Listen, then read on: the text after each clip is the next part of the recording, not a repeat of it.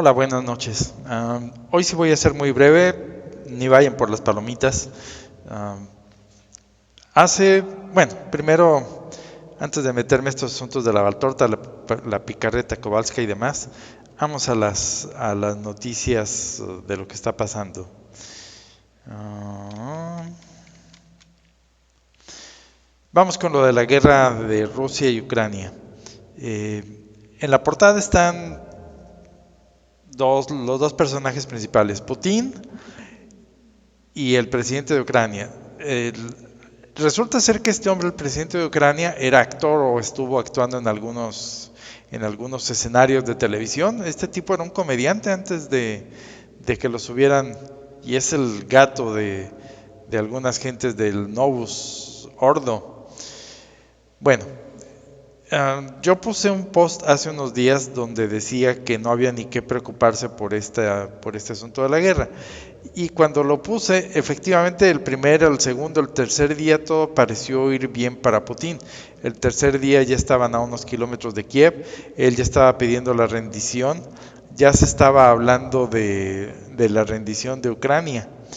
Les mandó decir al ejército ucraniano que sería mejor que ellos fueran los que se pusieran de acuerdo con Putin, los que se rindieran para no tener que vérselas con una bola de drogadictos, que es lo que iba a quedar del gobierno.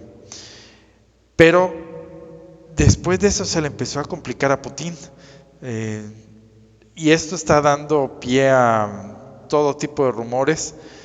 Yo decía, aquí no va a pasar nada, esto va a pasar en 3 días y vámonos, y todo parecía ser que así era. Eh, pero el asunto se le está complicando. Aparentemente hay, no el ejército regular, sino que contrataron o nuestros amigos los globalistas metieron en Ucrania a una bola de mercenarios para fastidiarle el asunto a Putin. Algunos canales hablan de que perdió toda una columna de tanques, que perdió a su escuadrón de chechenos que iban a ser los que se iban a encargar de la limpieza, que les derribaron una bola de MiGs. Entonces yo no sé qué esté pasando, no sé hasta dónde se pueda complicar esto. Hay incluso rumores de que China le dijo a Putin, oye, no, que ibas a entrar y salir rapidito. Y también en el frente de China se dice que está empezando a hacer maniobras en el Mar del Sur. Entonces eso pone nerviosos a algunos porque, y si China se va contra Taiwán, ahora sí se empieza a poner divertido el asunto. La visita de Bergoglio a Putin da mala espina. O sea, aparentemente ahí fue donde donde Rusia empezó a perder el control de la guerra, cuando Bergoglio fue a visitar a Putin. Entonces, da mala espina el asunto. No sé qué pueda estar pasando detrás. No hago ya pronósticos sobre este asunto. Mi opinión personal, le sigo yendo a Putin. Y algunos incluso lo ponen de héroe. Bueno, cambiando de tema. Ah... Nuestro amigo de Radio Católica Tradicional hizo hace unos días un par de videos acerca de empezó con la picarreta, luego se metió con la Valtorta, y yo digo que también hay que meterse con la Kowalska. El punto es, él puso los pelos y señales de por qué la picarreta y la Valtorta, y yo en mis videos había hablado de la Kowalska, fueron prohibidos por la Santa Sede, por el Index y por demás gentes que estaban encargadas de la protección. Ahora bien, él presenta las evidencias, dice, señores, esto es lo que dijo el Santo Oficio y esto es lo que dijo el Index acerca de estos personajes, de la Valtorta y la picarreta. Lo que estoy notando yo en los comentarios es que pese a que él da las evidencias de que estas gentes, la Valtorta y la picarreta, son más falsas que una moneda de 3 centavos, hay gente que le dice, oye, no, es que no la has leído, es que tiene cosas buenas, es que tiene, ¿qué puede tener de malo el que nos sometamos a la divina voluntad? ¿Qué puede tener de malo eso? Y el punto el que yo discutía con algunas gentes es, oye, espérame, ¿qué parte de el magisterio de la iglesia infalible lo prohibió? No te queda claro. sea, ¿qué parte de eso no entendiste y todavía estás tú luchando por querer decir, pero es que esto, queriendo defender lo indefendible? O sea, Roma locuta, causa finita, Roma ya dijo, esto no sirve, ¡pum! Y yo me acuerdo que con la Valtorta era el mismo asunto. Oye, pero es que la prohibieron, pero después la desprohibieron. Y lo mismo con la Kowalska. Fue prohibida y luego viene San Juan Pachito II a rescatarla y hacerla santa. Entonces, esto ha causado un descontrol en muchas gentes que se apegan a sus creencias, aunque tengan que contradecir al magisterio de la iglesia. Entonces, pasa lo mismo con la picarreta, con la Valtorta y con la Kowalska. Ahora bien, lo que a mí me llevó a decir definitivamente aquí hay algo muy raro es que cuando yo leía los relatos de las tres y de la basura y de otras gentes, confrontándolos entre sí, los tres se contradicen en los tiempos, las horas y las circunstancias. Entonces yo dije, aquí ninguno de estos puede ser verdadero. Aquí, aún desde el punto de vista de la lógica humana, esto no puede ser cierto. Y fue ahí donde entonces empecé a ponerle toda la atención a la mística ciudad de Dios,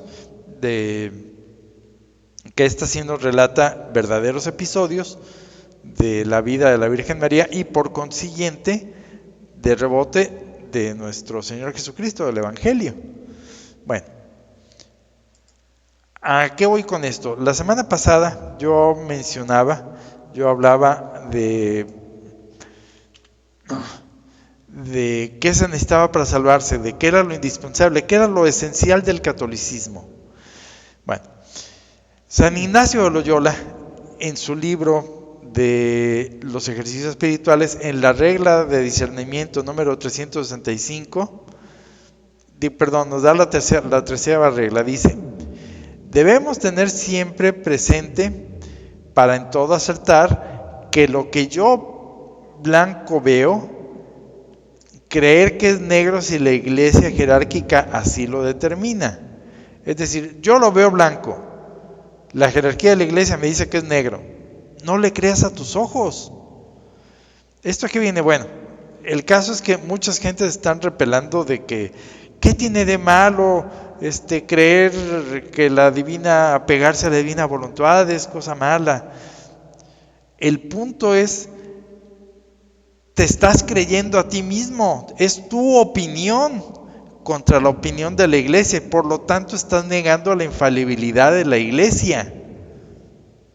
O sea, estás poniendo a la iglesia a tu nivel y dices, entre tu criterio y el mío, yo me creo más a mi criterio. Bueno, retomemos entonces el punto de qué es lo esencial del catolicismo. Y esto venía en relación a lo que yo decía de niéguese a sí mismo. Entonces, lo esencial del catolicismo es creerle a Dios. Punto. Yo, por lo tanto, debo renunciar a mis creencias y poner mi fe, mi voluntad y mi intelecto en Dios. Ello implica que debo de creer todos los dogmas al pie de la letra. Ello implica que debo de creer las profecías no condicionales que tenemos marcadas por la iglesia. Y por lo tanto, debo creer en la lógica de la teología. Eso es lo esencial al catolicismo. Y obviamente esto camina por grados, aunque es un asunto que es cualitativo, es decir, es por cualidad, le creo o no le creo, dependiendo de la realidad de cada persona, el asunto camina por grados. ¿A qué voy con esto? Bueno, recordemos a Cicerón y su causa causarum miserere mei. Él era un pagano. Sin embargo, gracias a sus conocimientos de la filosofía y de la lógica y demás, él llegó a la conclusión de que pese a que él vivía en el mundo donde estaba Júpiter y donde estaban los titanes y donde estaban los dioses del Olimpo, él desechó todas esas creencias y finalmente en el momento de su muerte, y espero que se haya salvado, de hecho creo que la Divina Comedia lo pone como guía en el otro mundo, sus palabras finales fueron: causa causarum miserere mei, causa de las causas, apiádate de mí. Ahora bien, ¿a qué voy con este asunto de Cicerón y su causa causarum? Él era un pagano, Él, por lo tanto, no conocía la revelación.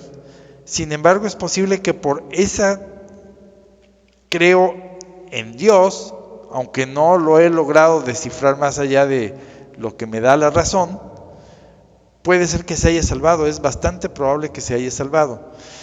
Yo he hablado muchas veces del caso de el buen ladrón, que finalmente con una sola frase se salvó.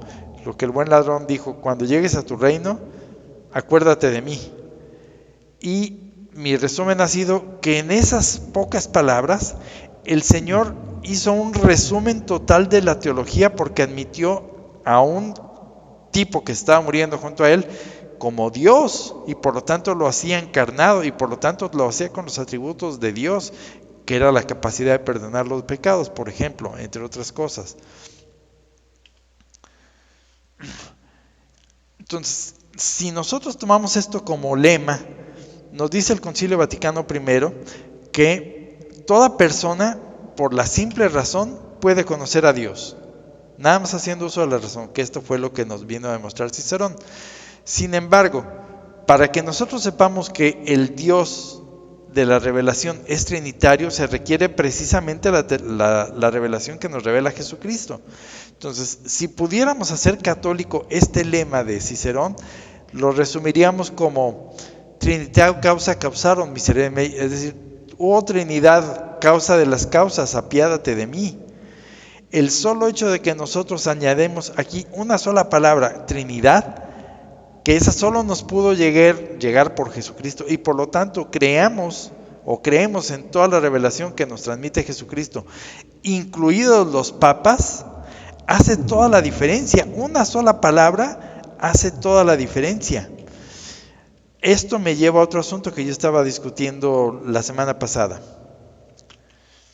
Yo decía la semana pasada que el hombre, a través de la inteligencia artificial, está intentando copiar a Dios, asemejarse a Dios o revelarse a Dios, como lo quieran llamar, porque está intentando crear un ser a partir de la introspección de sí mismo.